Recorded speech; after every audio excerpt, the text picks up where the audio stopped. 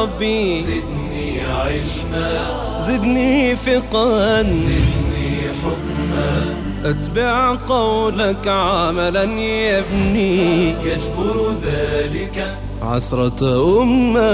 قل يا ربي زدني علما.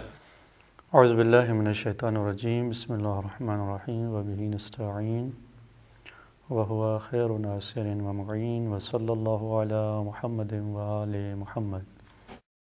اما بعد، ناظرین کرام، اسلام کی فقہی تعلیمات کے ساتھ آپ کی خدمت میں حاضر ہیں. آج وقف اور وصیت کے احکام بیان کرنے ہیں. خالق کائنات نے انسان پر جو احسان کیے ہیں ان میں سے ایک احسان یہ بھی ہے کہ انسان اپنے لیے اعمال خیر کو محفوظ کر سکے اور اس طرح کے کام بھی دنیا میں انجام دے سکے جس کا ثواب اسے مرنے کے بعد بھی ملتا رہے. کیونکہ دین صرف اس دنیا کے لیے نہیں ہے، اس دنیا کی بھلائی کے لیے نہیں ہے. خالق کائنات نے انسان کو صرف اس دنیا کے لیے پیدا نہیں کیا ہے، بلکہ انسان کی اصلی منزل اور اصلی مقام آخرت میں ہے. جنت اللہ نے انسان کے لیے بنائی ہے. انسان بدبخت ہے کہ خود ہی جہنم کی طرف چلا جاتا ہے. بہرحال خالق کائنات نے اس جہان کے لیے اسے بنایا ہے. انسان کو چاہیے کہ اس دنیا میں آ کر اس دنیا کے ساتھ ساتھ اس دنیا کے لیے بھی فکر مند رہے، سوچتا رہے اور کچھ نہ کچھ کرتا رہے. عمل صرف یہی کرنا ہے، جیسا کہ امام علی علیہ السلام ارشاد فرما رہے ہیں کہ آج عمل ہے اور حساب و کتاب نہیں ہے، کل یعنی قیامت حساب و کتاب ہے اور پھر عمل کی گنجائش نہیں ہے. لیکن اللہ نے انسان کو یہ موقع دیا ہے کہ انسان اس طرح کے کام کر سکے کہ اس کے جانے کے بعد بھی ان کا ثواب اسے ملتا رہے. ان میں سے ایک کام وقف ہے. وقف یہ ہے کہ انسان ایک چیز کی ملکیت کو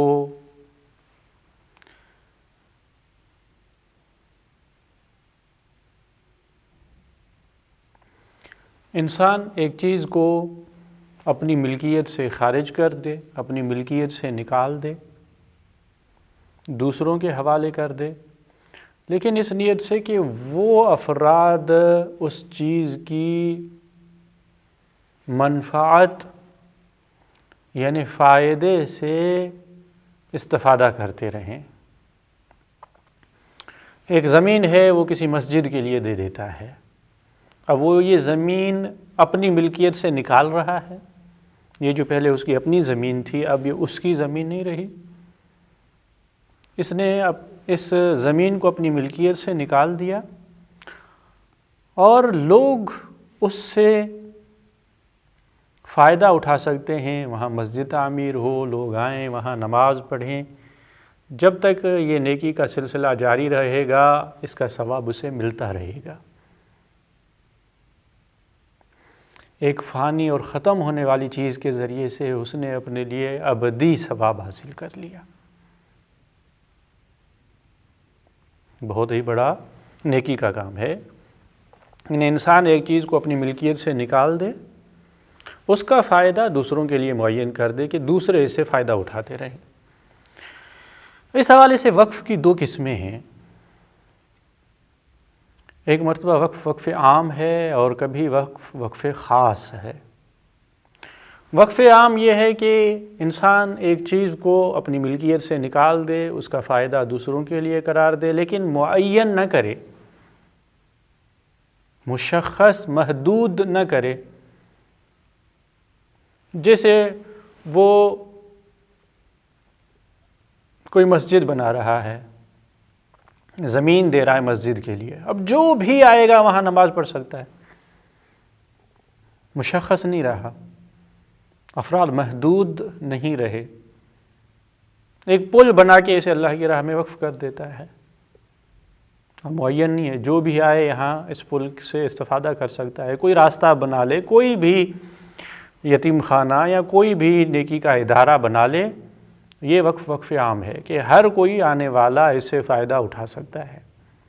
ایک مرتبہ یہ وقف خاص کرتا ہے، ایک چیز کو وقف تو وہ کرتا ہے لیکن افراد معین کر دیتا ہے، میں یہ چیز وقف کر رہا ہوں صرف علماء کے لیے، اب اس چیز کا فائدہ صرف علماء کے لیے ہے، صرف علماء اس چیز سے فائدہ اٹھا سکتے ہیں، یا یہ چیز صرف یتیموں کے لیے مخصوص کر رہا ہوں تو صرف یتیموں کے لیے اسے استعمال کیا جا سکتا ہے، یہ چیز صرف عزاداری کے لیے مخصوص کر رہا ہوں، امام حسین علیہ السلام کے لیے مخصوص کر رہا ہوں تو اسے سید الشہداء حسین ابن علی علیہ السلام کی عزاداری کے لیے ہی استعمال کیا جاتا رہے گا۔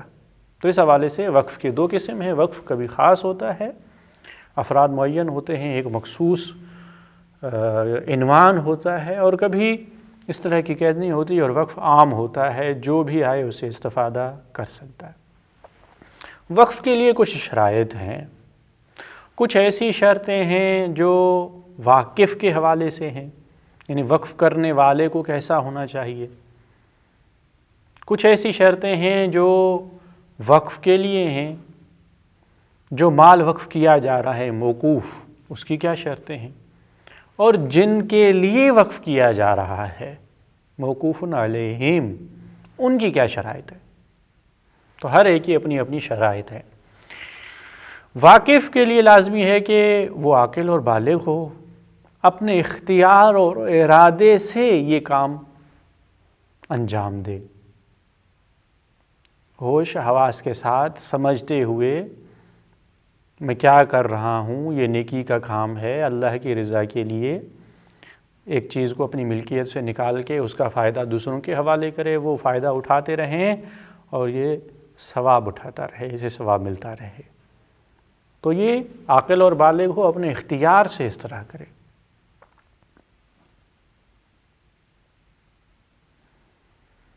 اور واقف اپنے مال میں ممنوع تصرف نہ ہو، یعنی وہ چیز جو وہ وقف کر رہا ہے، جو وہ عمل انجام دے رہا ہے، اس کے لیے شرعی طور پہ کوئی رکاوٹ نہیں ہونی چاہیے۔ ہم پہلے بھی کئی مرتبہ اشارہ کر چکے ہیں کہ کبھی کبھی حاکم شرع ایک شخص کو اپنے مال میں تصرف کرنے سے روک دیتا ہے، تو تم اپنے مال میں تصرف نہیں کر سکتے، تو ایسا شخص جو اپنے مال میں تصرف نہیں کر سکتا، وقف بھی نہیں کر سکتا، کیونکہ وقف میں بھی یہ ہوتا ہے کہ ایک چیز کو اپنی ملکیت سے نکال دیا جاتا ہے، تو کیونکہ اس کا اپنے مال میں تصرف کرنا ممنوع ہے، درست نہیں ہے، تو وہ وقف بھی نہیں کر سکتا۔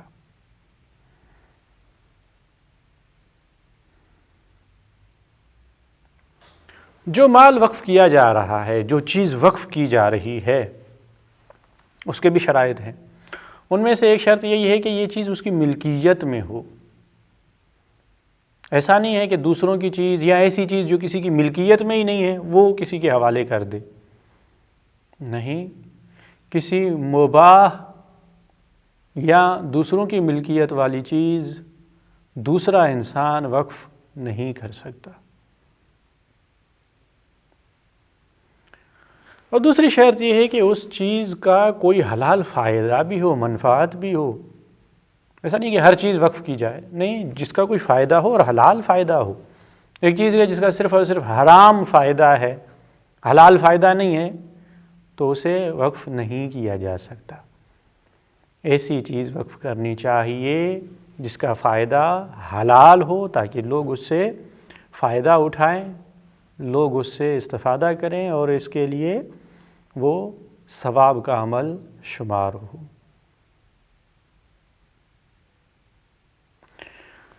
چیز ایسی ہو کہ اس سے فائدہ بھی اٹھایا جا سکے اور وہ ضائع نہ ہو۔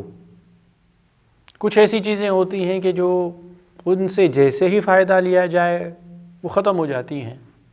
نہیں، روز مروز کی جو معمولی چیزیں ہوتی ہیں استفادے سے، فائدہ اٹھانے سے ختم ہو جاتی ہے. ایسی چیز نہیں ہونی چاہیے. چیز ایسی ہو کہ اصل چیز باقی رہے اور اس سے بار بار فائدہ اٹھایا جا سکے، اس طرح کی چیز ہو، یہ وقف کی جا سکتی ہے. یہی چیز وقف کے مقصد کے نزدیک ہے. اگر ایسی چیز نہیں ہے، ایک مرتبہ استعمال کیا وہ چیز ہی ختم ہو گئی تو یہ وقف نہیں ہوا. اور چیز ایسی ہو کہ جو دوسروں کو دی جا سکتی ہو، قابل تحویل ہو، دوسروں کے حوالے کی جا سکتی ہو، اس طرح کی کوئی چیز ہو. اگر زمین ہے تو جی ہاں یہ بھی دوسروں کے حوالے کی جا سکتی ہے کہ اس کا قبضہ دوسرے لے لیں، تو یہ بھی وقف کی جا سکتی ہے. یہ ہے مال موقوف، جس چیز کو وقف کیا جا رہا ہے اس کی شرائط ہے. پھر تیسری شرائط وہ ہیں جو موقوف علیہم کے لیے ہیں، جن پر وقف کیا جا رہا ہے وہ کیسے ہوں. یہ ایک بات تو یہ ہے کہ انہیں مشخص ہونا چاہیے، یعنی واقف، وقف کرنے والا جو چیز وقف کر رہا ہے اسے بیان کرنا چاہیے کہ کس کے لیے وقف کر رہا ہے. بھلے چاہے عام ہی ہو، وہ بیان کرے کہ میں سب کے لیے کر رہا ہوں، جو آئے اسے استفادہ کرے. ایک راستہ ہے زیارت کے لیے جو کربلا کو جاتا ہے، ایک شخص وہاں ایک عمارت بنا دیتا ہے کہ جو بھی امام حسین علیہ السلام کا زائر یہاں سے گزرے وہ یہاں استفادہ کرے. مشخص ہوا، اگرچہ نام لے کے مشخص نہیں کیا جا رہا، لیکن مشخص ہو گیا کہ یہاں صرف وہی رہ سکتا ہے جو زیارت کے لیے آ جا رہا ہو. تو معین کرنا چاہیے کس کے لیے ہے. اور دوسرا یہ کہ موقوف علیہم یا موجود ہوں یا ان کا امکان ہو، میں یہ چیز فلاں قبیلے کے لیے وقف کر رہا ہوں، جو موجود ہیں یا ان کی جو اولاد آئے گی، یہ بھی اسی طرح معین ہو جائے گا. اگرچہ ان کی اولاد ابھی نہیں ہے لیکن ان کا امکان ہے، ان کے آباء و اجداد ابھی ہیں، یہ جائیں گے، ان کی اولاد ان کی جگہ پہ آ جائے گی اور یہ سلسلہ جاری رہے گا. جب تک یہ چیز باقی ہے لوگ اسے استفادہ کریں گے، اس کے لیے باعث اجر و ثواب ہوگا اور نیکی کا کام شمار ہوگا.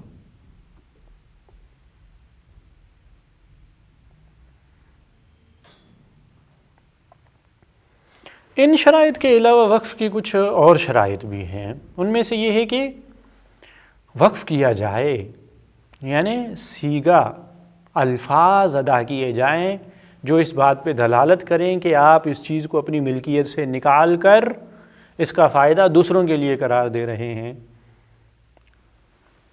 کوئی بھی الفاظ جو اس قسم کے مفہوم کو ادا کریں کہ میں اس چیز کو اپنی ملکیت سے نکال کر اس کا فائدہ دوسروں کے لیے قرار دے رہا ہوں، یہ کافی ہے اور یہ لازمی ہے. اس طرح کا جو ہے وہ مفہوم پہنچانے والے الفاظ ادا ہونے چاہیے.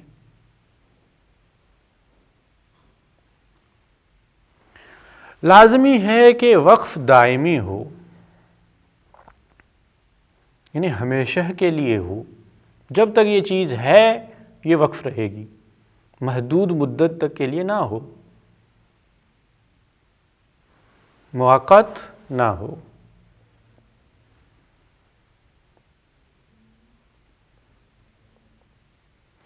وقف میں یہ بھی لازمی ہے کہ وقف منجز ہو، یعنی وقف کرنے والا یہ کہے کہ میں ابھی سے یہ چیز دے رہا ہوں، اپنی ملکیت سے نکال رہا ہوں، دوسرے استفادہ کریں. وقف کو کسی چیز سے مشروط نہ کرے، کسی چیز پر موقوف نہ بنائے. اگر ایسا ہوا تو یہ وقف درست نہیں ہے. وقف کو منجز ہونا چاہیے، بغیر شرط کے اس چیز کو مخصوص کر دینا یہ وقف ہے. اور یہ بھی لازمی کہ وقف دوسروں کے لیے ہوتا ہے، اپنے لیے کوئی وقف نہیں کیا جا سکتا. ایک چیز کو اپنے لیے مخصوص کرنے کا نام وقف نہیں ہے. مختلف احکام وقف بیان کرتے چلیں. اگر ایک شخص نے ایک زمین معین کی ہے، وقف کر دی ہے مسجد کے لیے، یہ زمین ان کے حوالے کر دی جو متولی ہیں، اب یہ زمین وقف ہو گئی. اب یہ مسجد کے لیے ہے، اسے کسی اور چیز کے لیے، کسی اور کام کے لیے استعمال نہیں کیا جا سکتا۔ وقف میں یہ دیکھنا لازمی ہے کہ کس نیت سے وقف کیا گیا ہے۔ اگر ایک شخص ہے مسجد کے لیے کوئی چیز دیتا ہے اور کہتا ہے کہ اس چیز سے مسجد میں ہی فائدہ اٹھایا جائے، مثلا وہ کچھ مفید کتابیں خرید کرتا ہے اور مسجد کے لیے لائبریری بنا دیتا ہے کہ یہ کتابیں مسجد میں پڑھی رہیں گی، جو بھی آئے نماز پڑھنے وہاں بیٹھ کے ان کا مطالعہ کر سکے، یہ درست ہے۔ اب ان کتابوں کو باہر نہیں لے جایا جا سکتا۔ لیکن اگر وقف کرنے والے نے محدودیت نہیں کی، یہ نہیں کہا کہ صرف مسجد کے اندر، کہا جو بھی نماز پڑھنے آئے وہ ان چیزوں سے فائدہ لے سکتا ہے، چاہے باہر لے جا دے، تو اگر اس کی نیت یہ ہے کہ ان سے استفادہ کیا جائے چاہے مسجد کے اندر یا مسجد کے باہر، تو انہیں باہر بھی لے جایا جا سکتا ہے۔ تو وقف میں جو چیز اہم ہے وہ یہ کہ وقف کرنے والے نے کس نیت سے وقف کیا ہے، وہ جو اس چیز کو معین کر رہا ہے کس چیز کے لیے ہے، اس نے خود حدود کیا بیان کیے ہیں۔ جو چیز وقف کی جا رہی ہے یہ چیز موقوف علیہم تک پہنچنی چاہیے، یعنی جو چیز جن کے لیے معین کی گئی ہے، وقف کی گئی ہے، یہ چیز ان تک پہنچا دی جائے۔ اگر یہ ہوا ایک شخص نے یہ تو کہہ دیا کہ میں یہ چیز وقف کر رہا ہوں، لیکن ان کو دینے سے پہلے ہی اس کا اس دنیا سے انتقال ہو جائے،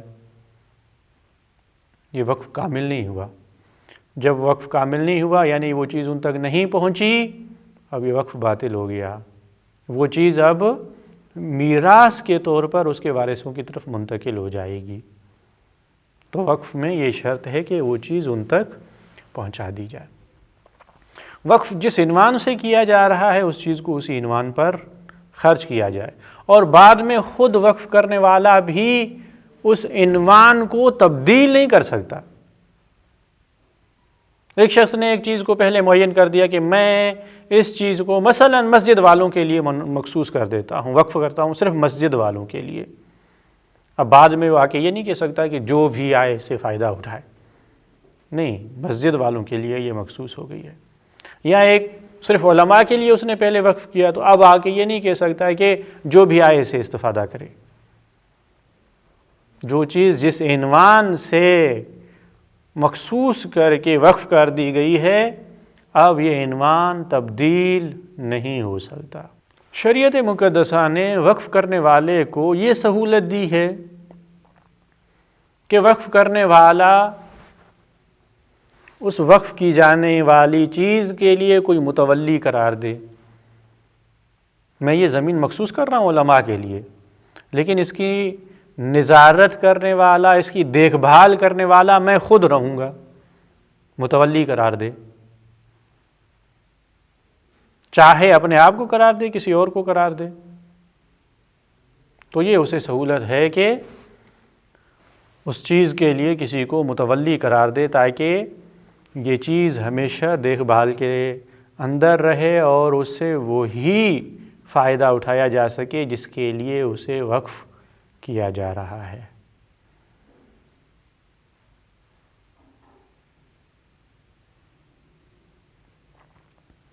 متولی کے حوالے سے اگر وقف کرنے والے نے متولی معین کیا ہے تو وہی شخص اس مال کا، اس چیز کا متولی بن سکتا ہے۔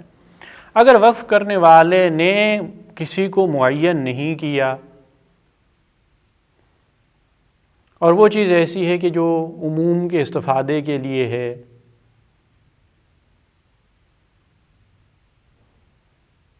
اس صورت میں حاکم شرعی یا اس کا نمائندہ وہ متولی شمار ہوں گے اس چیز کے لیے، یعنی اس چیز کی دیکھ بھال کرنا، اس کے امور کا انتظام کرنا اب یہ حاکم شرع یا اس کے نمائندے کی ذمہ داری ہے، متولی وہی ہے۔ اسی طرح جو چیز وقف عام ہو، اگر اس میں تھوڑی بہت اصلاحات کی ضرورت پڑے تو عام لوگ ہی وہ اصلاحات کر سکتے ہیں۔ لیکن اگر اس کی اصلاحات کے لیے کسی بنیادی اہم کام کی ضرورت پڑے تو وہ بھی حاکم شرع یا اس کا نمائندہ انجام دے گا، یعنی ان کاموں کا متولی وہی حاکم شرع یا وہ شخص ہے جسے حاکم شرع نے منصوب کیا ہو۔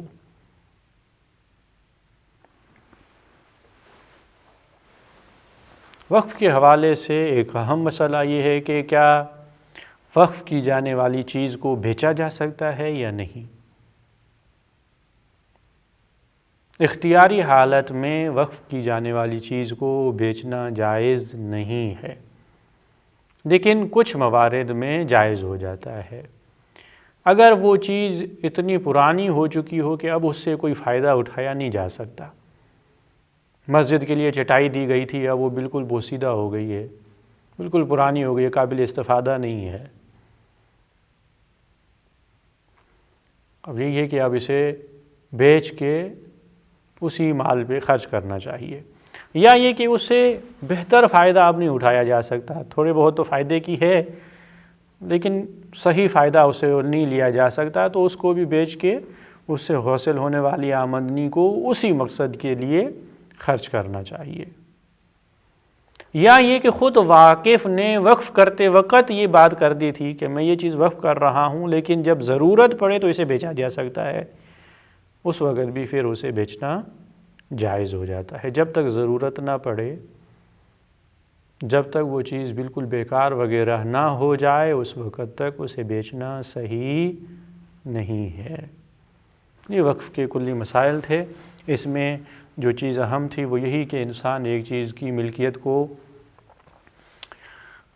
اپنی ملکیت سے نکال دیتا ہے اور اس کا فائدہ دوسروں کے لیے قرار دیتا ہے۔ اس میں اہم چیز ہے وہ یہی کہ اس کی نیت کو دیکھنا چاہیے کہ وقف کرنے والے نے اس چیز کو کس کے لیے وقف کیا ہے۔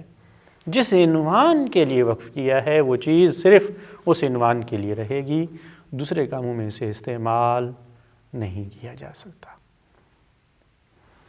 وقف کے مختصر مسائل بیان کرنے کے بعد اب جو موضوع ہماری گفتگو کا ہے وہ وصیت ہے۔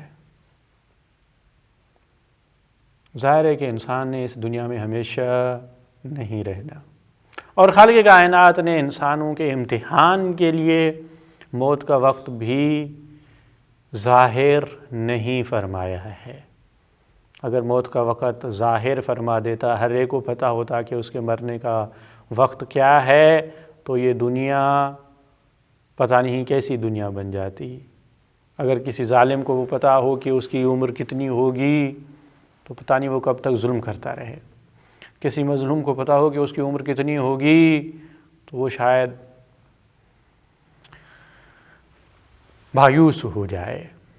تو اس حوالے سے خالق کائنات نے موت کا وقت ظاہر نہیں کیا، معین ہے کہ کس نے کب جانا ہے، لہٰذا انسان کو یہ حکم دیا گیا ہے کہ وہ ہر وقت مرنے کے لیے تیار رہے۔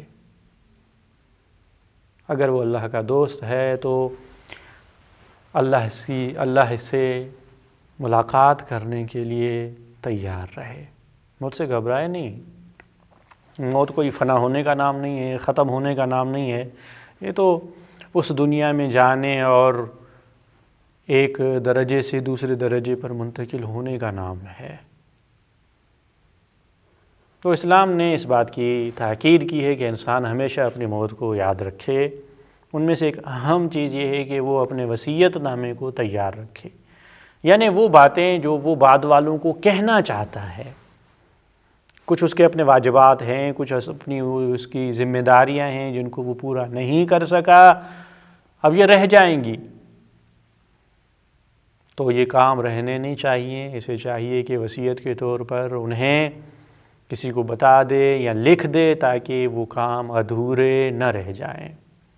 وصیت ایک بہت ہی تاکیدی عمل ہے جس کی اسلام نے بہت زیادہ سفارش کی ہے، مستحب مؤکد ہے۔ انسان اپنا وصیت نامہ تیار رکھے اور ہر وقت مرنے کے لیے آمادہ رہے۔ یہ جو انسان کسی کے لیے کہتا ہے کہ میرا یہ مال کس کو ملے، یہ چیز کس کو ملے، یا یہ کام کس نے کرنا ہے، میرے بچوں کی دیکھ بھال کس نے کرنی ہے، ان چیزوں کے بارے میں انسان جو کہنا چاہے یہ اس کی وصیت شمار ہوتی ہے۔ وصیت صرف مال ملکیت میں نہیں ہوتی، بلکہ اولاد کے حوالے سے، ان کی دیکھ بھال اور ان کے کاموں کو سنبھالنے کے حوالے سے بھی جو نصیحتیں، جو حد حدود معین کرنا ہے، ان کو بھی وصیت کہا جاتا ہے۔ وصیت یہ ہے کہ کبھی آدمی کسی کو بٹھا کے باتیں بتاتا ہے، جس کو وصیت کی جائے اسے وصی کہا جاتا ہے۔ جو وصیت کر رہا ہے وہ موصی ہے، وصیت کرنے والا۔ اب یہ ہے کہ یہ وصیت کرنے والا کبھی الفاظ کے ذریعے سے وصیت کرتا ہے، کبھی تحریر کے ذریعے سے ایک چیز کو لکھ ڈالتا ہے، میں یہ وصیت کر رہا ہوں کہ میرے اس کام کا یہ کیا جائے، میرے اس ادارے کو مثلا اس طرح چلایا جائے، یا اس چیز کا یہ کیا جائے، اس طرح کی جو باتیں ہیں وہ لکھ لیتا ہے، یہ بھی صحیح ہے۔ کبھی یہ ہے کہ وہ اشارے سے کسی کو سمجھا دیتا ہے، بول نہیں سکتا، لکھ نہیں سکتا، نہیں چاہتا، اشاروں کے ذریعے سے کسی کو سمجھا دے، تو یہ بھی اس کی وصیت ہوگی۔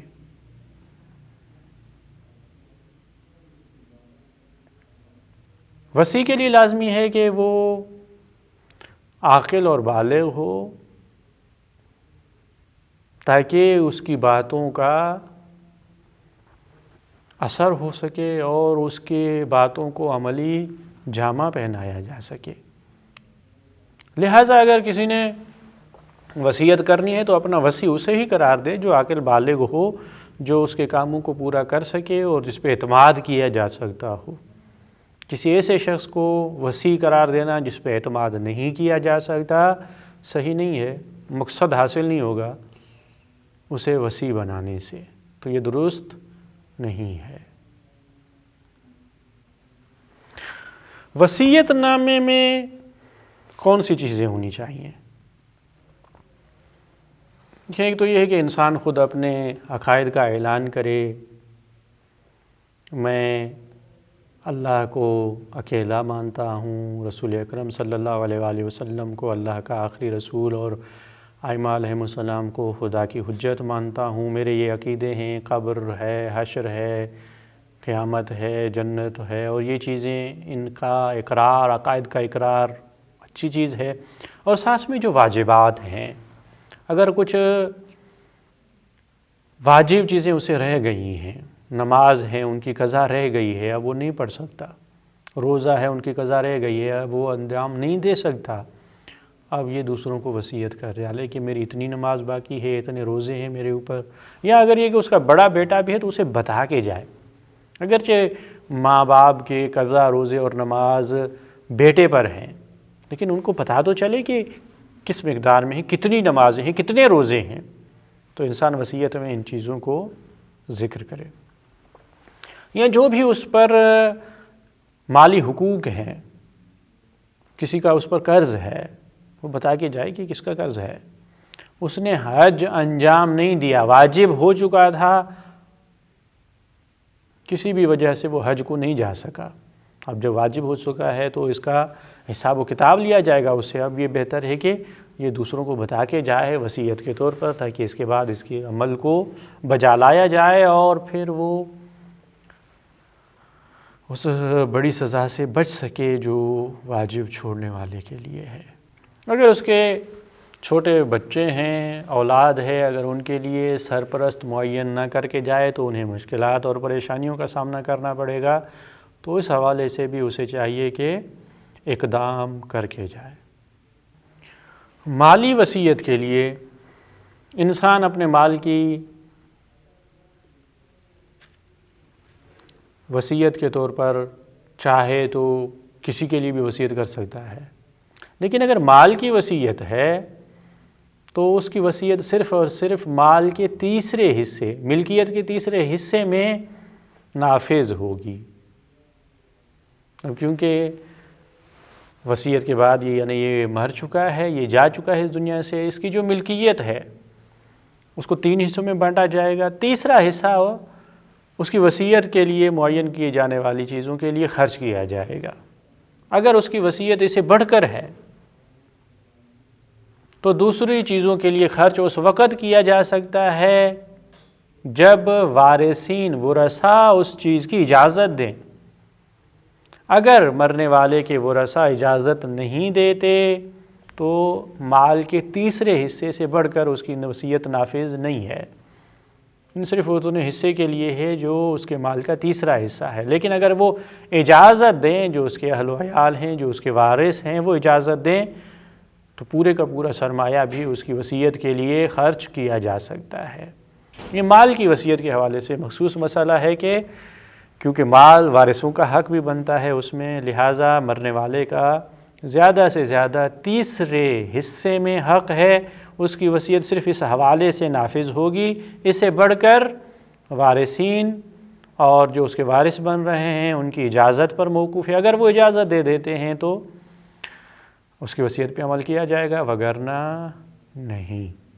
یہ وصیت کے بالکل ہی مختصر احکام تھے، اس حوالے سے ہمیں تیار رہنا چاہیے اور اس بات سے غفلت نہیں کرنی چاہیے۔ ہماری دعا ہے کہ پروردگار عالم ہمیں ان احکام پہ عمل کرنے کی توفیق عطا فرمائے۔ السلام علیکم ورحمۃ اللہ وبرکاتہ۔